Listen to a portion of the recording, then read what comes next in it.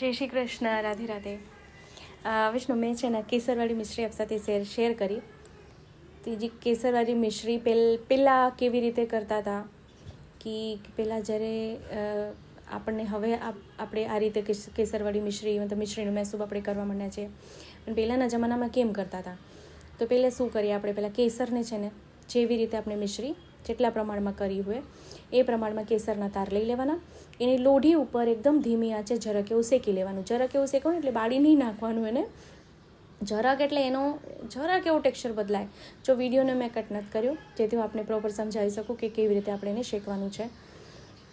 હવે આપને એવું મૂંઝવણ થશે કે આપે તો કેસરવાળી મિશ્રી શેર કરી છે, એ કેવી રીતે? તો એ અલગ છે, આ અલગ છે. ના, પણ જે આપણે પ્રોપર રીતે થાય, રીત પ્રમાણે જે થાય છે એ આ રીતે જ થાય છે. પણ હવે આપણે આવી રીતે કરવા માંડ્યા છે. ચાલે છે એ પણ, એવું નથી, આપ મૂંઝાશો નહીં કે ન ચાલે. પણ જેને ન ફાવે, જેને કોઈ સગવડ ના હોય, એ આવી રીતે મિશ્રી સિદ્ધ કરીને શ્રી પ્રભુને ધરી શકે છે.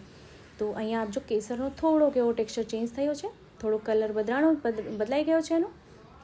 ગેસની આંચને બંધ કરીને એને એક પાત્રમાં કાઢી લેવાનું છે. વધારે વાર એને ગેસ પર રાખવાનું નથી, નહીં તો કાળું થઈ જશે. સાવ કાળું નથી કરવાનું, ખાલી એનું થોડુંક એવું મોઇશ્ચર નીકળી જાય અને સરખો એનો ભૂકો થઈ જાય એટલું જ એને ખાલી શેકવાનું છે. એનાથી શું છે કે કલર એનો બહુ સુંદર આવશે. તો હા, વિડીયો ગમે તો આપણા ગ્રુપમાં શેર ચોક્કસથી કરી દેશો, જેથી શું છે કે વધુથી વધુ લોકો સુધી વિડીયો પહોંચી જાય અને એને વિડીયો ઉપયોગી થઈ શકે અને એ પણ વિડીયોનો લાભ લઈ શકે. તો એને જો હાથે ત્યાં મસળશો એટલે તરત જ આ પાવડર થઈ જશે.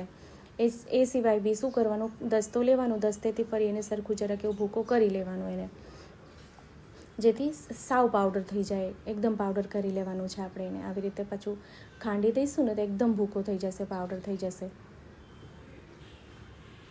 ચેનલ પર નવા આવ્યા હોય તો ચેનલને સબસ્ક્રાઈબ કરશો, બેલ આઇકન હિટ કરશો, જેથી જ્યારે બી કોઈ વિડીયો અપલોડ કરું તો આપ સુધી નોટિફિકેશન આવી જાય.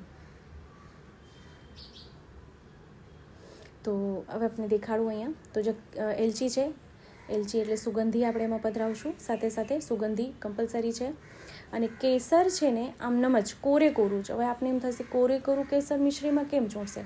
નહીં, ચોંટી જશે સરસ, કારણ કે આમાં જલ કે દૂધ આપણે કાંઈ પધરાવશું તો મિશ્રી છે ને મોઇશ્ચરવાળી થઈ જશે ને ઓગળશે તરતથી, સુંદર નહીં રહેશે મિશ્રી. તો એને હાથમાં લઈને, કેસરવાળા હાથ આપણા થઈ ગયા હોય, આપ જો કેસર છે, કલર એનો જો રંગ જો કેટલું સુંદર આવી ગયો છે, એમ ગાઢો, તો હાથમાં જ એને મસળવાનું. હાથમાં જ એને મસળવાનું છે. પછી શું કરવાનું? જરાક એવું ઘીવાળું આંગળી, જરાક એવી ઘીવાળી કરવાની, હાથમાં એકદમ સરખું મસળવાનું અને પછી મિશ્રી હાથમાં લઈને એને સરખી મસળી લેવાની છે, જેથી જેટલો બી રંગ છે કેસરનો બધો રંગ પાકો મિશ્રીમાં ચડી જશે. એકદમથી ઘી એકદમ ચડિયાતા બી નહીં, કિંચિત એટલે સાવ કિંચિત, એક ટીપું આપણે કહીએ ને એમ ટીપું જ, વધારે નહીં. એક ટીપું ખાલી આંગળીમાં લેવાનું, એને મસળી નાખા હાથમાં, પછી મિશ્રી હાથમાં લઈને એને મસળી દેવાનું, જેથી જે કલર છે આપ જોઈ શકો છો, કલર સુંદર આમાં આવી ગયું છે.